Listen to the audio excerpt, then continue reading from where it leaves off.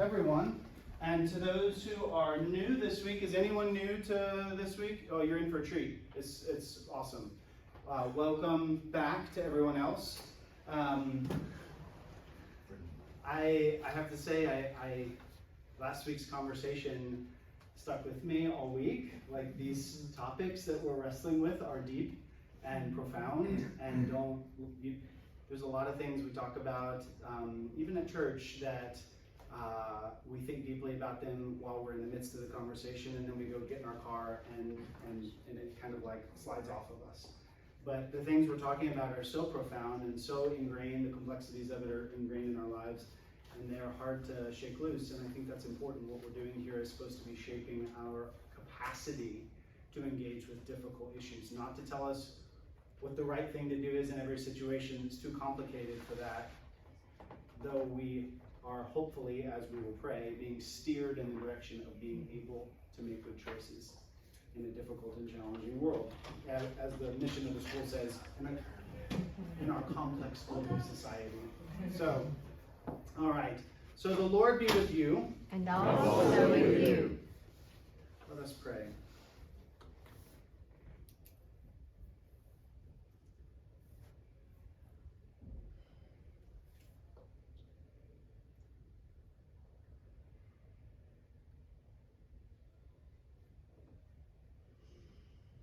Lord God of all power and might, the author and giver of all good gifts, graft in our hearts the love of your name. Increase in us true religion. Nourish us with all wisdom and goodness, so that we may bring forth in our lives the fruit of good works through Jesus Christ our Lord. Amen. Amen. We welcome everybody back. This is class 4. If you haven't been here, you're okay. I'm going to get a fan out because it is toasty. Where did my fan go? It's right behind the heart. Yeah. There it is. We welcome back Dr. Courtney Odell Chayib to lead us in conversations. We're moving from bioethics to robots, which is awesome. But through robots to talk about all sorts of things that are on our doorstep as humans, as a society with technological innovation exploding all the time. Oh, you're good. And I turn it over to you. Thank you. Hi, friends. Welcome back. New 1, 2, 3, right? New friends. Oh, 4. Welcome. Thank you for coming.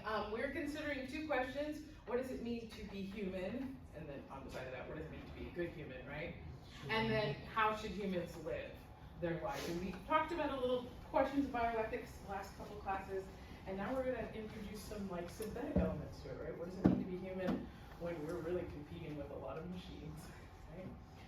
So what I brought for you is actually questions I asked my upper school students, but I thought it might be fun for us to think about them, right?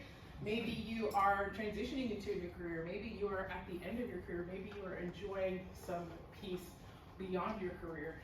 But the kind of questions that ethical sort of tones in the background, right, of automated labor, is this category labor? And why do we work? Yeah. Anybody feel brave? Why do we work? Because it's fun. Because it's fun, right? We need engagement, we need enrichment, and for us, a lot of us, hopefully, our careers do that for us. For some of us, not so much. I think my husband works to do his hobbies, right? His job is not the most engaging job, right? Any other reasons why we work? I think it's for competition, because if you don't develop like technology, other countries will take advance and try to invade you. Yeah. I hadn't thought about that. FOMO, fear of missing out. We work because we want to compete. We want to be on a global market. We want to be what is good global citizens, right? We need to be able to participate. Can't be left in the dark ages, maybe. Any other reasons why we work? Somebody needs to say the tacky one. Make money. So then I usually ask them, what do you want to be when you grow up? And maybe the things that you wanted to be when you were little is not exactly what you are now. And that might be because of the third question, right? Does the sort of necessity to provide for yourselves, and maybe if you have a family, for others, change how we feel about this work? maybe we all wanted to be poets or some other kind of artist and it just didn't necessarily work out. Or maybe you've been blessed to be able to combine those things that you love and being able to provide for all those things we need to provide for, but usually not necessarily the case, right? So for a lot of us, the reasons that we work is to make money. Okay, has anybody in your life ever called you a Luddite? My husband says this every time it's time to change to a new iPhone. I do not want to change to a new iPhone.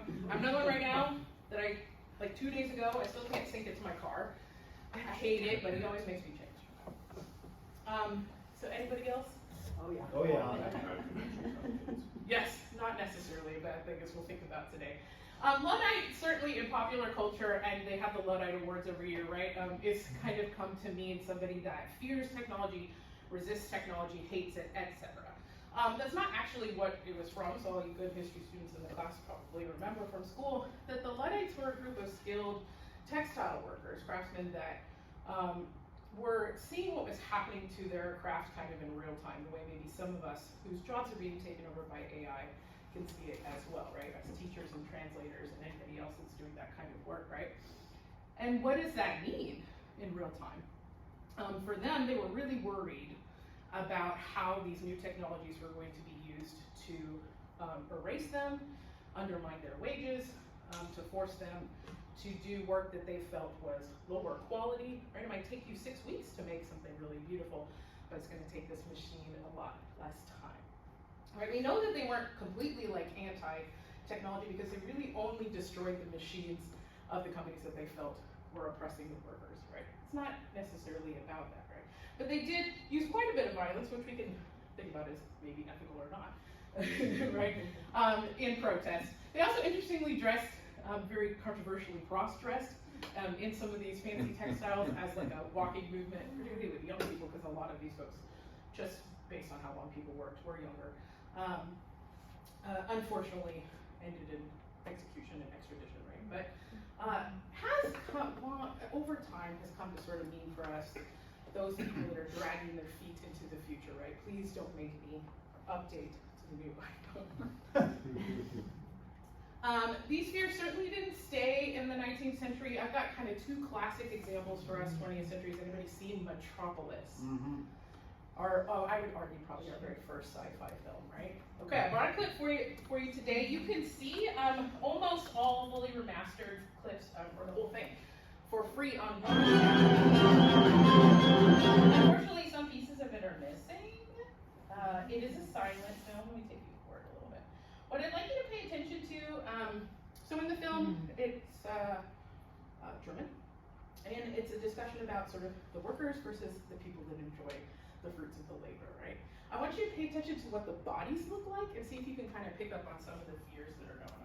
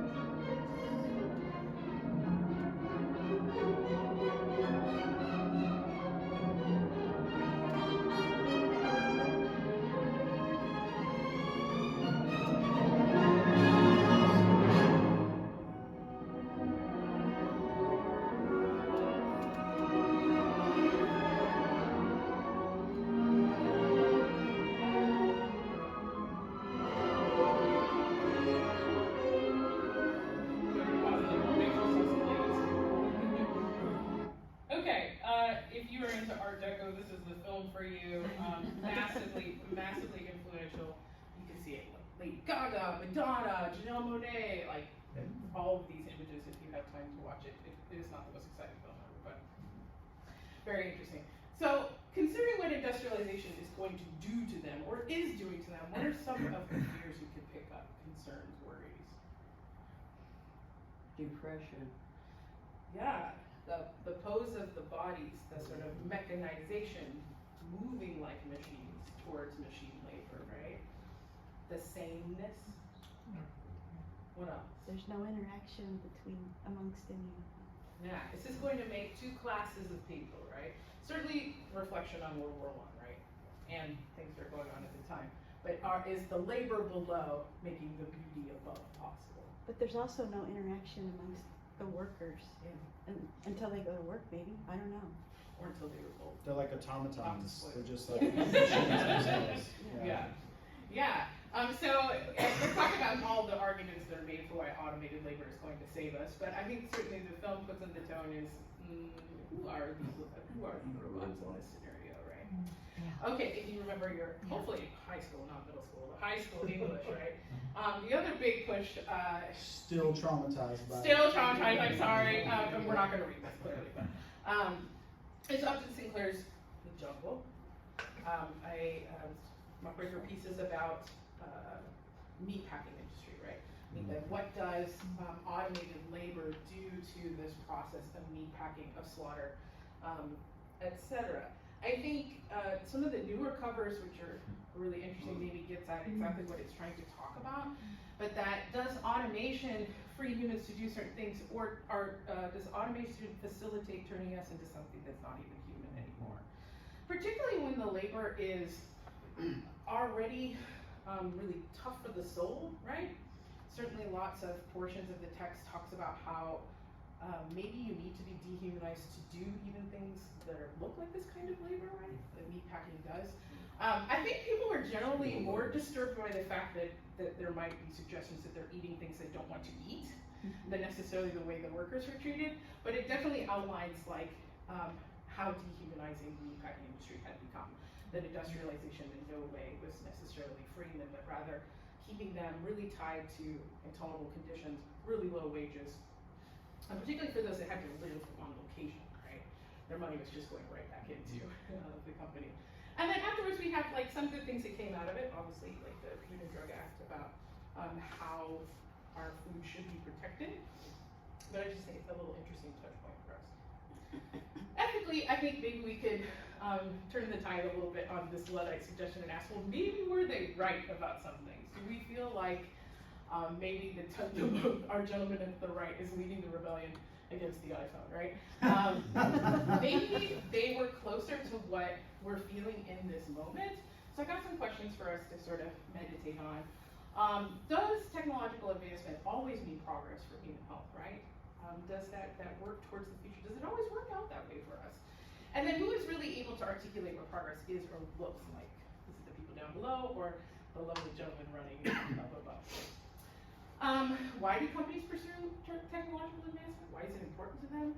Does integrating automation have to be at the cost of human wages and conditions, or can it be better? Can it be something different?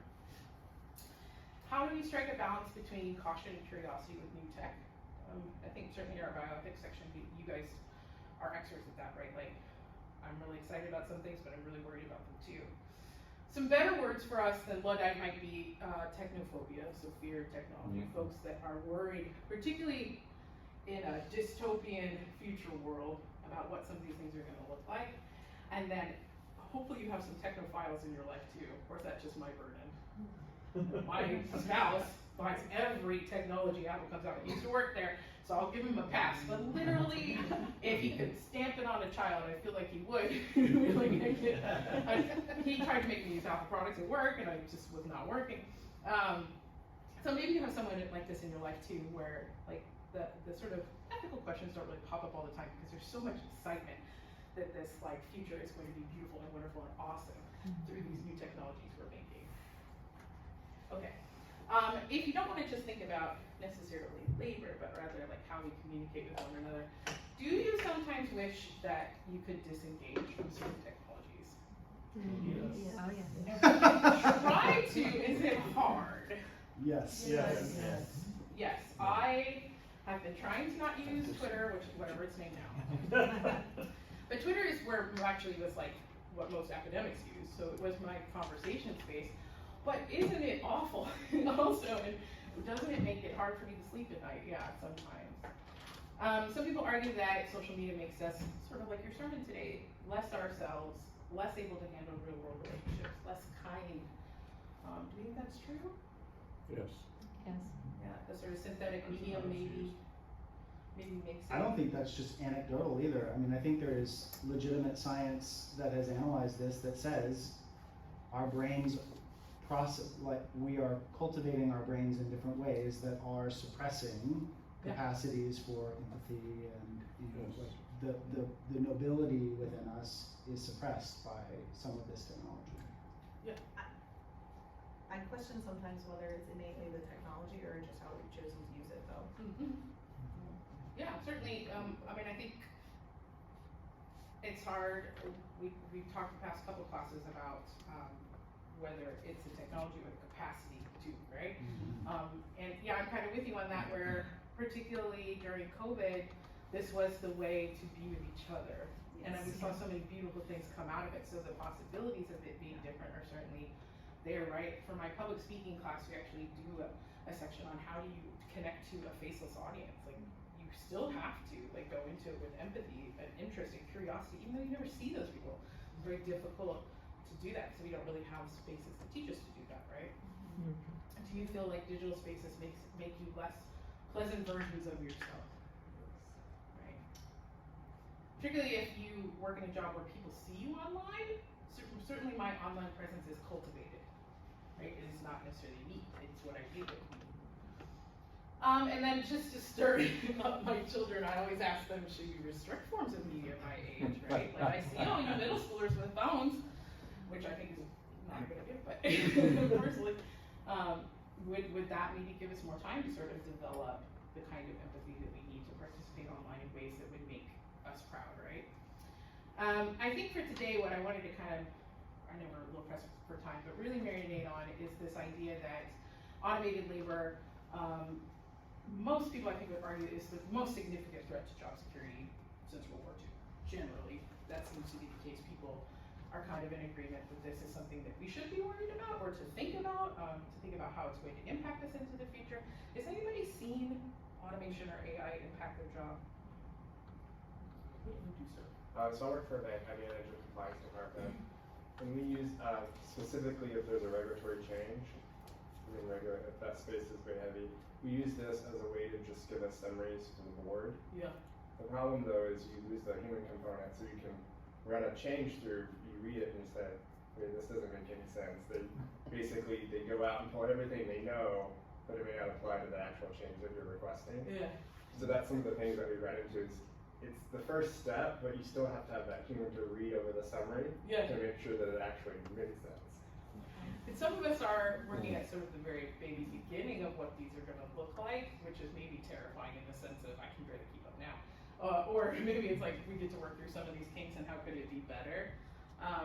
My least favorite thing about the way it shapes teaching is that it's right now it's really sort of forced us to be sort of policing of data, policing of their product, which is not really the kind of teacher I would like to be. Okay. All right, I want to show us a couple of examples of automation, thinking about what this is going to do maybe in the next 10, 15 years. Does anybody live, there's a massive one by my folks' house in Houston. Anybody seen any of the new Amazon facilities in Texas? The one in Colorado. Yeah, we're talking thousands and thousands of employees. I've seen one down in Fox Springs. Yeah, they're massive. Depending on who you ask, you get different answers. I think shareholders may hear we want to be as fully automated as possible. In news correspondence, we hear more of a automation is going to help us and it's going to protect our workers, and we're not about turning everybody into robots. Okay, so we'll consider if we think that's true. All right, I want to show you Kiva.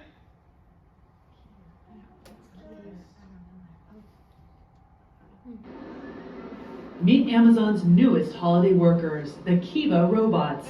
At this fulfillment center in Tracy, California, more than 3,000 of them cruise the warehouse floor, helping employees fill millions of orders. The little orange robot goes out and picks the right pot of inventory and brings it back just at the right time for the person to pick the item out to go in that customer's shipment. Before the Kiva robots, the workers used to walk the warehouse aisles picking up the items. But now they stay on these platforms, and the robots bring the shelves and the items directly to them. The 320-pound robots can lift up to 750 pounds. They have motion sensors to detect objects in their way and can travel between 3 and 4 miles per hour. Amazon says the robot's small footprint allows it to squeeze in 50% more inventory into this warehouse, which is the size of 59 football fields.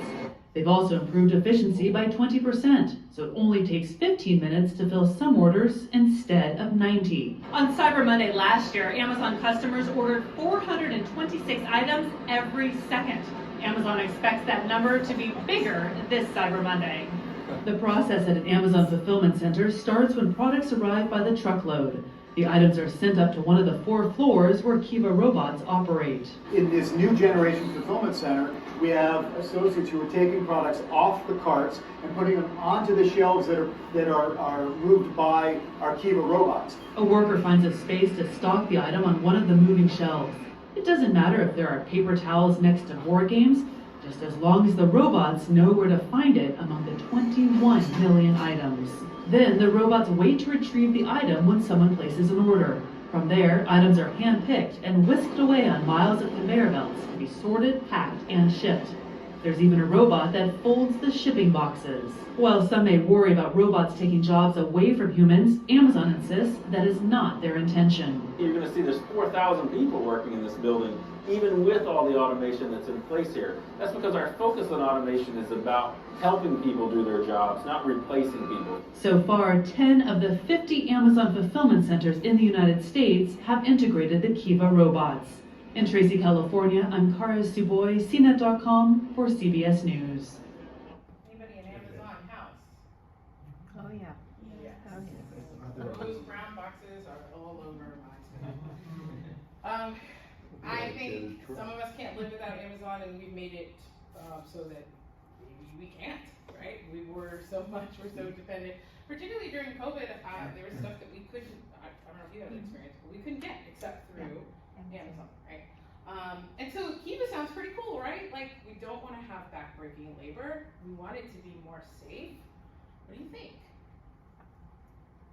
I wonder what the workers think about it. It looks like a good thing. Yeah, carries quite a bit of weight. We already know that people are being pushed to sort of their limits, particularly around holiday times or like Prime Day or whatever they call it. That it's more labor than any group of workers could do. It seems like maybe it makes it more accessible.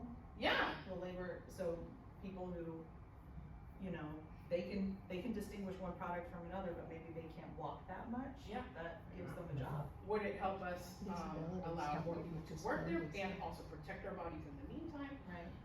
From sort of that repetitive labor, what it really does to you over time. Some of these sort of, you guys have already voiced what these promises are, particularly for full automation, and then we'll add a level next time with AI. But that this really could necessitate tandem working. We can do really bad. There's things I can do on my own, and there's things robots can do on their own, but together we can make really cool stuff, right? We can get all of those Christmas presents out on time. Some arguments that this is really going to bring back jobs that had been located somewhere else, right? That we could compete globally if we lean more into automation and not necessarily need to worry about that undercutting pay. Of course, number 3 sounds the most exciting for me, the elimination of drudgery, what it does to your body, backbreaking work, feeling that the labor is uncreative, unfulfilling, that maybe automation would take away those parts of it that are making you feel more like a robot than a person and allowing you to be more creative. Can we compete with others with speed and efficiency, right? Number 5, I think, is really interesting, the argument that, well, maybe with full automation, humans don't actually need to work full time in one job, that you could sort of like cultivate together a more holistic vision of what pays you, right? Through possible other things that you like. Maybe you tutor. Maybe you do get to do some poetry on the side. Maybe we're more able to do that if we don't need human bodies to work these hours. Maybe we can do more time with your family.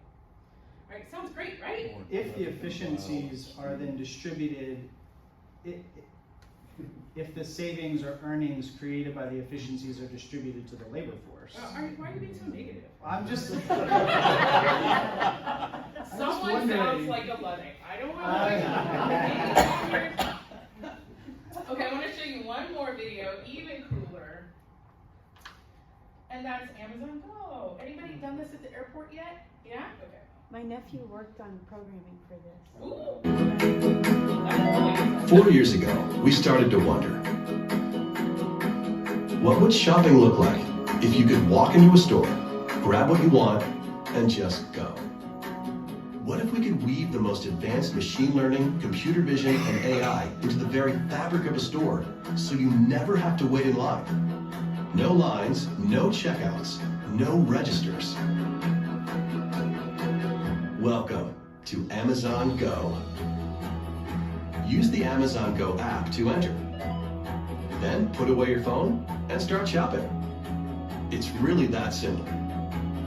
Take whatever you like. Anything you pick up is automatically added to your virtual cart. If you change your mind about that cupcake, just put it back. Our technology will update your virtual cart automatically. So, how does it work? We used computer vision, deep learning algorithms, and sensor fusion, much like you'd find in self-driving cars. We call it Just Walk Out technology. Once you've got everything you want, you can just go. When you leave, our Just Walk Out technology adds up your virtual cart and charges your Amazon account. Your receipt is sent straight to the app, and you can keep going. Amazon Go. No lines, no checkout. No, seriously. Did anybody see the SNL skit about this? No.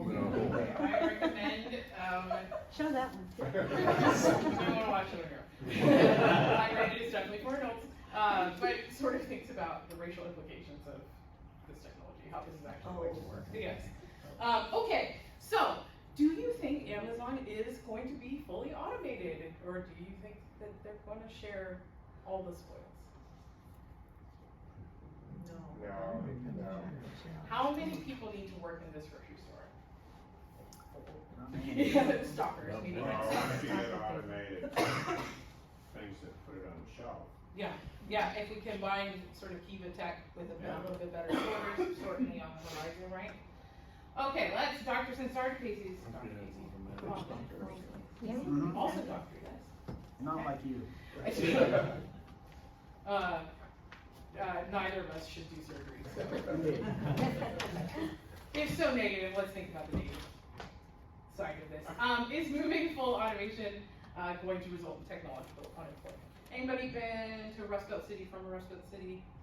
No? Okay, just me. I went to Syracuse for my PhD. You certainly could see this. Detroit is a perfect example. When we fully automate and everyone's job is connected to that automation, if they choose to leave, we're talking about like just Armageddon of technology, of unemployment, right? Nobody really fully, I wouldn't say that Syracuse is even close to fully recovering from pulling out of, was it air conditioning and steel? I can't remember what the third one is. Will that city ever be the vibrant place that, do you remember the third one? Well, GE had a big plant there, I think they closed down. Yeah.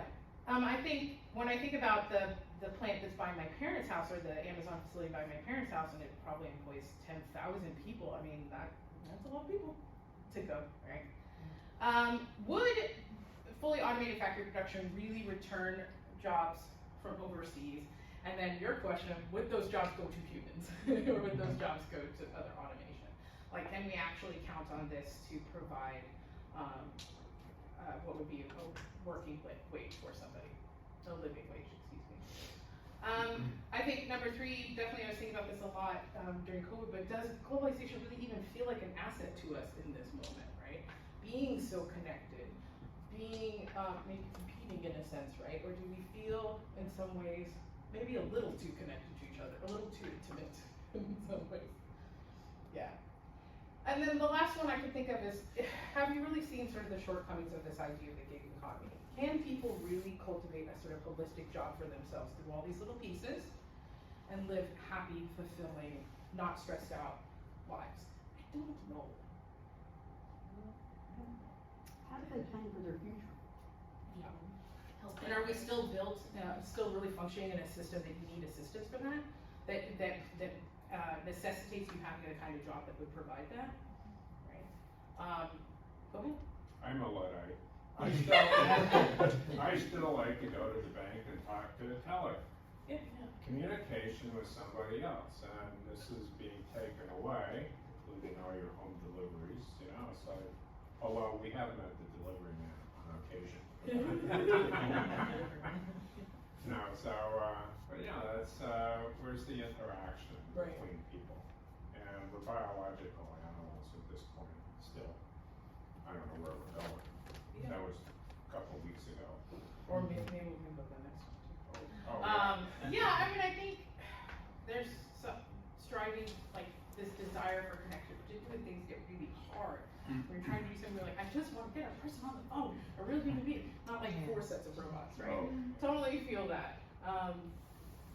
And particularly for what I'd like to think about next is, and going into next classes, are there some professions or tasks that we really are just not comfortable being either fully automated or AI tech, right? Is there just some stuff, like for example, it's just sort of taking off in medicine, are we really comfortable with AI providing us medication and having this sort of very complicated system with all the things they named for the grocery store, with facial recognition, deep learning algorithms, to know whether or not I should give you this stack of pills or who should give you this stack of pills.